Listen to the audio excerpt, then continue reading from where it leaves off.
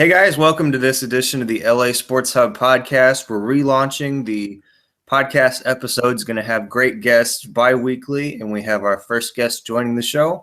Please introduce yourself to the Sports Hub audience. Hey guys, this is Jordan Maly. I'm from Chicago, Illinois. I'm a writer for Sports Illustrated's The Cauldron. Also work with the Chicago Tribune's local prep sports, as well as part of the Fan-Sided Network. I own my own podcast. It's straight out of college on the Almighty Baller Podcast Network. You can check that out on Blog Talk Radio. So thanks for having me on. I really appreciate it. No problem. Thank you always for joining us. Let's get right into it. So Chicago was pretty busy this week, focusing on the Cubs and the Indian series for the World Series. The first time the Cubs have made it back since the World War II time, and the first time they ended up winning it in over 100 years. What was it like watching this series for you, and what was it like to kind of report on it? Personally, first of all, I got to let your listeners know, personally, watching this was dreadful, considering I've grown up a lifelong White Sox fan. So growing up in the city of Chicago and with my parents and my dad specifically being from the south side of Chicago, I grew up a kid going to 35th and Shields 4, 5, 6 times a year.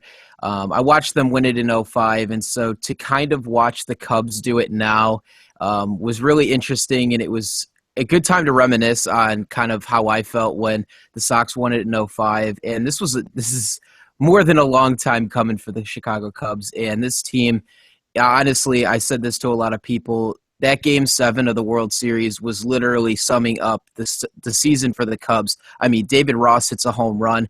There was a 3-run comeback in the 8th inning off the arguably the best closer in baseball, and then a rain delay, and then extra innings. I mean, it all summed up the Cubs season perfectly, and I think it just made it even sweeter when they did win. And I'm happy for all the people that are in Chicago, the old-timers, the people that are, 80, 90 years old that have never seen a Cubs World Series win. And now for the city of Chicago, it's been absolutely incredible.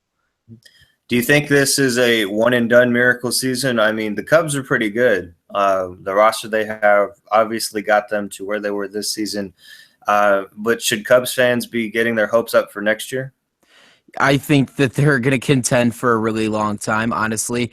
And I said they've got about a 4 or 5 year window to continue to win and maybe build off of this championship, because guys like Chris Bryant and Anthony Rizzo and Javier Baez and Addison Russell, and the list goes on and on. All these guys are locked up for 3, 4, 5 years, and even their pitching staff, you look at that, they're locked up pretty much for the next 2, 3, 4 years. I mean, John Lester's locked up for 5 years still. The only guys you have to really be concerned about are like guys like Jake Arrieta and Ben Zobrist, who are kind of on shorter term deals. But Zobrist got MVP too. Yeah, which is incredible. He has won back-to-back rings now. I mean, if you look back last year, he won with the Royals, and now this year with the Cubs. That guy's been an X factor for the Cubs, but I don't think Cubs fans have anything to worry about. This is a team that is destined to become a dynasty, and it's crazy because I compare them with the Blackhawks and the way the Blackhawks, built through their farm system and now have all this young talent and were so successful early on. Theo and Jed Hoyer, their analytics, their baseball plan that they came up with, this 5-year plan, worked perfectly. And no doubt about it, those two guys are going to be first ballot Hall of Famers, first ballot Hall of Fame executives. And it's just been absolutely incredible to watch. What would you say about Joe Maddon's role in all of this? Obviously, his decision to put Chapman in Game 6 got a lot of attention. But overall, from the season and even from just the series and the playoffs, what would you say Joe Maddon's contribution has been to the Cubs getting to where they're at now? I honestly think if the Cubs didn't have Joe Maddon this season, or even last season, I don't think that they would be where they are. He's set a tone. He's set a precedence in that locker room day in and day out, what he wants and what he expects from the players. He's set, I guess I would say core values with that team, and it seems like those guys make it look so effortless. And they make baseball look like what it should have been when, say, you played when you were 12 or 14 or 15, when you're still out there having fun. That's what he's made that whole environment about. And I think without him, you would be losing a huge piece. He's probably one of the most valuable assets to the Cubs besides guys like Theo Epstein and Jed Hoyer, which is crazy to say that your executives and your manager are the top three key pieces to your organization. So from top down, from Tom Ricketts to Joe Madden, I think the team has far and above succeeded everything that the Cubs thought that they were going to do.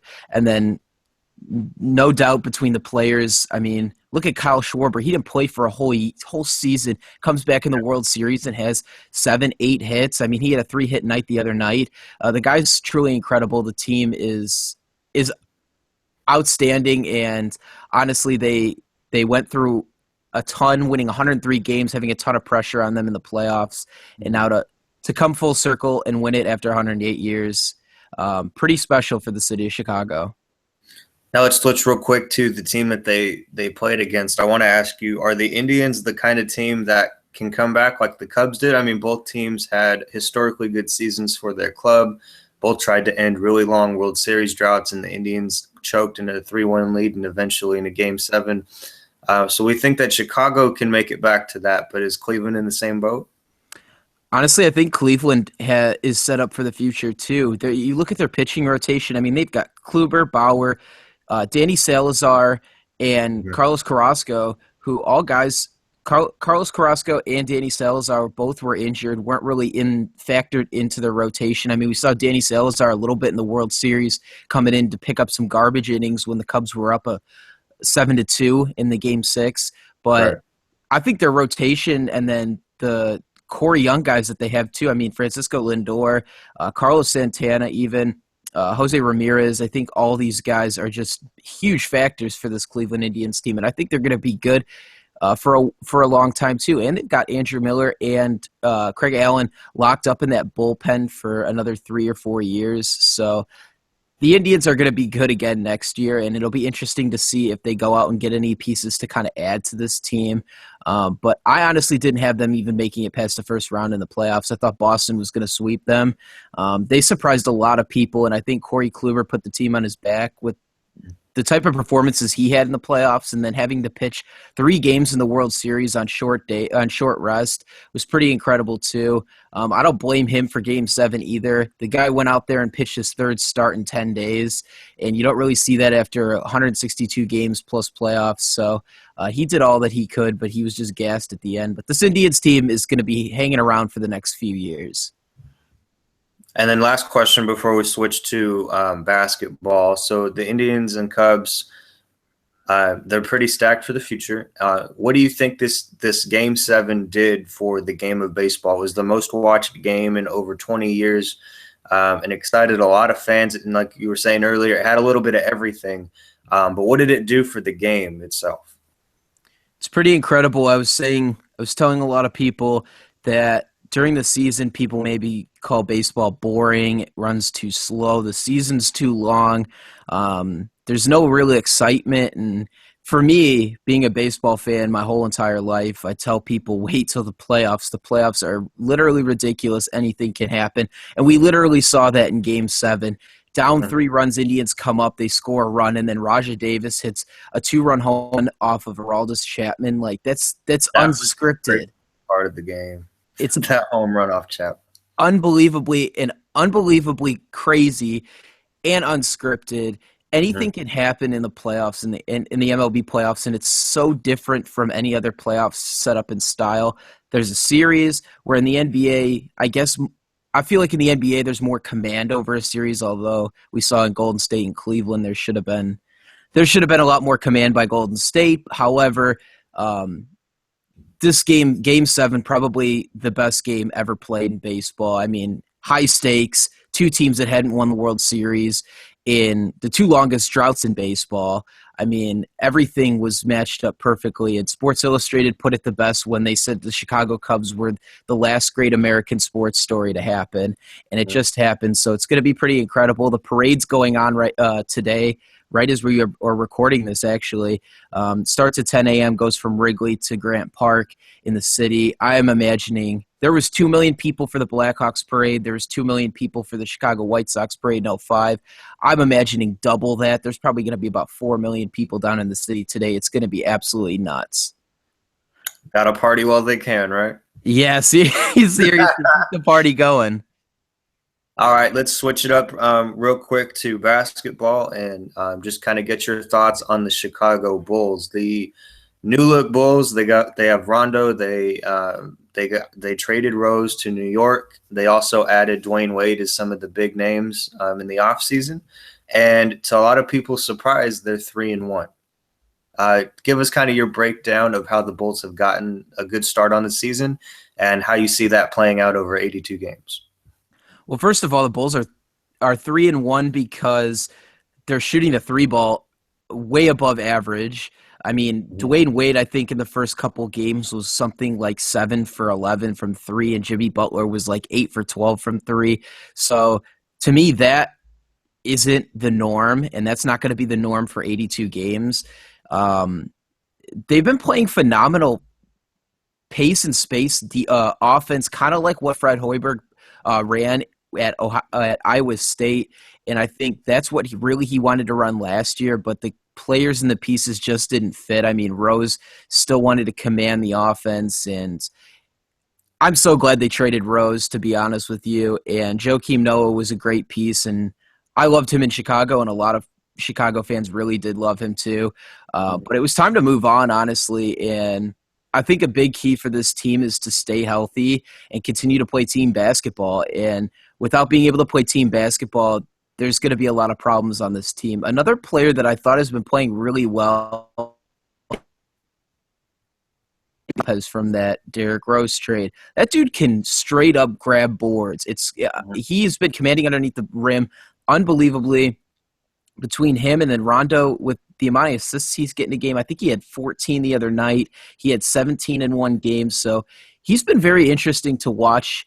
There hasn't been any blow-ups yet through the first week or two of the season, but I imagine that'll change, especially if there's frustrations and there's injuries.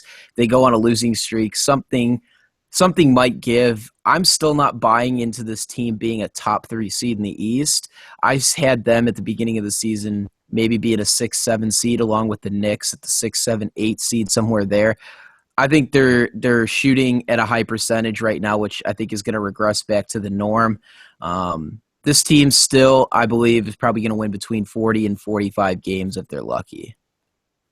What about the Lakers? They also have a new look offense in LA with a lot of the younger players really taking a bigger role in Jordan Clarkson, even embracing a role off the bench and performing well off of that.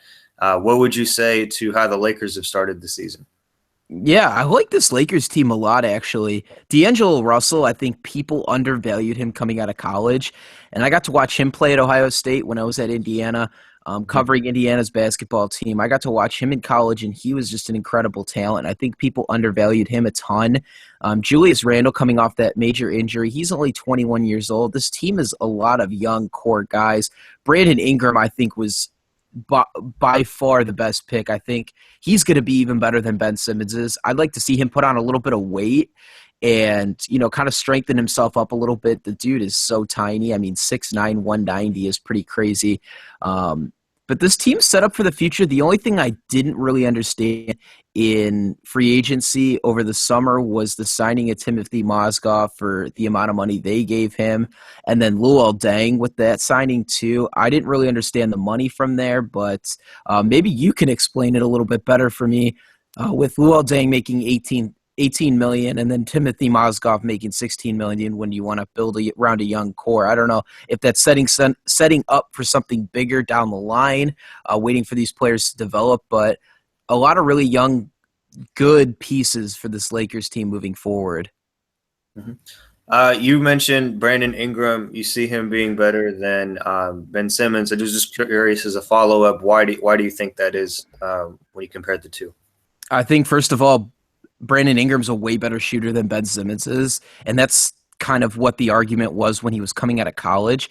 I just don't think Ben Simmons' college experience really sets him up to be a good NBA player. He was a one and done player, didn't play really for much. I mean, his LSU team that he played around wasn't very good. They didn't make the tournament. They didn't go to the NIT even.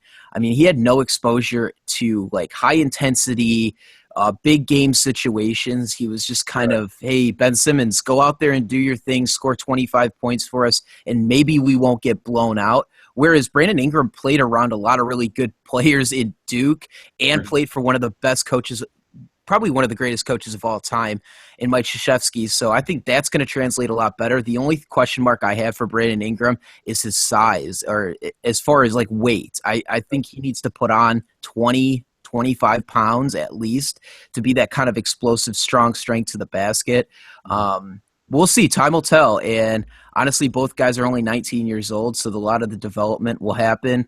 But 76ers, I don't know. They just always find a way to screw things up. So we'll see if they'll be able to translate his skills to kind of what they're putting together. But I like Brandon Ingram's fit with the Lakers a lot better than I do like Ben Simmons's with the 76ers. How do you like the transition from Byron Scott to Luke Walton? Do you think that was the right call for the Lakers moving forward? And is he going to be the long-term solution at the coaching position? It's an interesting pick by the Lakers. I know they brought in a guy, obviously, that they've known for a while now. His experience with Golden State, especially last year when Steve Kerr was out, I think that could speak to a lot of the character that he has and what kind of presence he brings to a locker room. Interesting to see how he's going to be able to handle some of these personalities on this team. Like, I mean, you've got former Ron Artest Meta World Peace now on that team, which him, D'Angelo Russell, I mean, some of these younger guys, Julius Randle, Jordan Clarkson even. I mean, trying to handle all these personalities when you're not that far off in age and trying to be the head coach and kind of determining a lot of the different situational play that they're going to be playing. It's going to be interesting. I mean, even Nick Young's on that team. I mean, they've got a lot of clowns on that team to kind of corral and handle. So if he can do that, I mean, there's probably no limit to what they can do. And I think Golden State, where he was coaching before last year, I think that speaks to a lot of his ability, even though he did have Steph Curry, he had Klay Thompson, he had Draymond Green to pretty much do everything out there. It'll be interesting to see how he develops some of his young talent now moving forward. And real quickly, what do you see in the Clippers? Do you see this as a year for them to really prove themselves to get to the conference finals or further, or is this team going to fall flat again? Man, I was really hoping that the Clippers last year were going to be really good, and then they had all those problems. They had Blake Griffin go down with an injury, and then that happened last year with Blake Griffin and the whole thing where he got suspended and because he punched somebody, right? Am I right? That happened last year, right? Yeah. So between that, like, just the same as what I talked about with the Lakers, I think being able to handle all the big time personalities, and I feel like the Clippers think that they've got this extra pressure on them to succeed and succeed right now. I think you've got one of the best point guards in basketball on your team. You've got the two best front court players on your team. You should be winning major games, and you should be winning series in the playoffs. We'll see if that translates this year, but I've got high expectations. I think they could be a top 3 team in the West.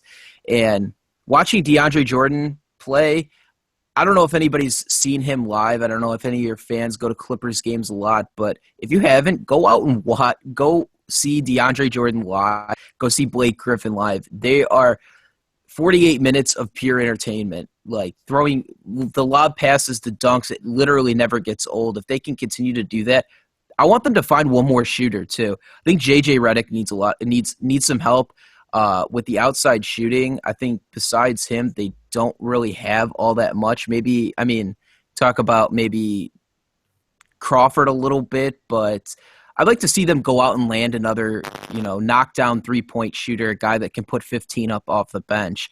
But they should have high expectations like they did last year. We'll see if they can stay healthy this year. Mm-hmm. Thanks for joining the show, Jordan. Appreciate it. Yeah, no problem. Thanks for having me.